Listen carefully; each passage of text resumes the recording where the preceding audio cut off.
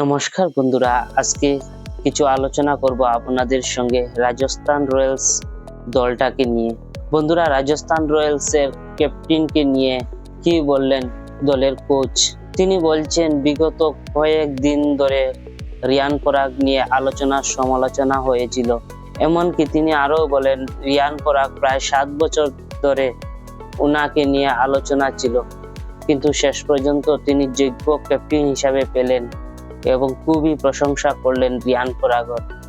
এটা আমিও বলি, রিয়ান পরাগের প্রশংসা করতে হয়, কারণ তিনি ক্যাপ্টেন্সি ভালো করে এই দলটাকে প্লে অফ রেসে নিয়ে গেলেন। কিন্তু এখানে আরেকজনের কথা তো না বললেও হয় না, বৈভব সূর্যবংশী।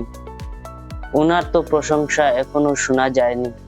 দেখো বন্ধুরা, বৈভব সূর্যবংশী যদি এই প্লেয়ারটা রান না করতেন তাহলে কি রাজস্থান রয়্যালস প্লে অফ রেসে যেতে পারতো?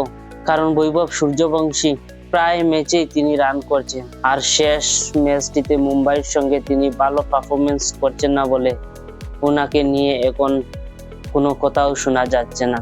কিন্তু সত্য কথা বলতে ভাই, আমি কিন্তু রাজস্থান রয়্যালস এর ফ্যান ছিলাম না, আমি ছিলাম মুম্বাই ইন্ডিয়ান্স এবং চেন্নাই সুপার কিংসের। কিন্তু বৈভব সূর্যবংশী যখন আইপিএল এ ম্যাচগুলা খেলেন, ওনার ব্যাটিং দেখে আমি সত্যি ফ্যান হয়ে গেলাম রাজস্থানের। আর ওরা দলটা জেতার জন্য আমিও আশা করেছিলাম, কারণ ওই দলটা জিতলে বৈভবের খেলাটা দেখতে পারবো। আশা করি তুমিও যতদিন ম্যাচ খেলা ছিল দেখার জন্য, বৈভবের ওই পারফরমেন্সটা দেখার জন্য তুমি খেলা দেখতে এসো, কারণ বৈভবের জন্য আমরা অপেক্ষা করে থাকি ওই ছেলেটা কখন ব্যাটিং এ আসবে। আর সত্যি তিনি আমাদেরকে নিরাশ করেননি, আমরা যেভাবে চেয়েছিলাম ওইভাবে তিনি ব্যাটিং করে গেছেন।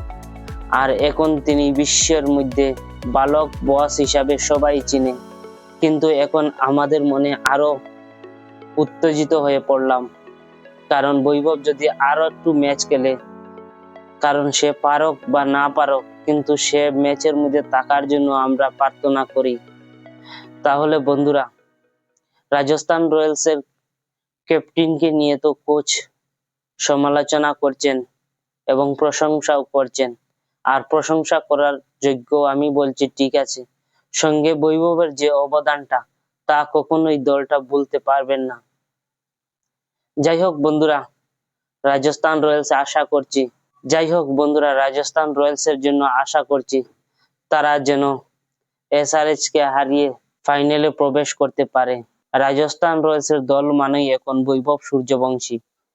যদি বৈভব সূর্যবংশী না খেলে তাহলে আমি গ্যারেন্টি দিয়ে বলবো এই ম্যাচটা দেখার জন্য মানুষও থাকবে না। তাই কি আমি ঠিক বললাম না? যদি আমি কিছু ভুল বলে থাকি তাহলে অবশ্যই কমেন্ট বক্সে লিখে জানাবেন। বন্ধুরা, এই ছিল আজকের ছোট্ট আলোচনা। আর ভিডিওটি ভালো লাগলে লাইক করবেন, আর অবশ্যই চ্যানেলটিকে সাবস্ক্রাইব করে রাখবেন। ধন্যবাদ, টাটা। আবার আসছি নতুন ভিডিও নিয়ে। জয় হিন্দ।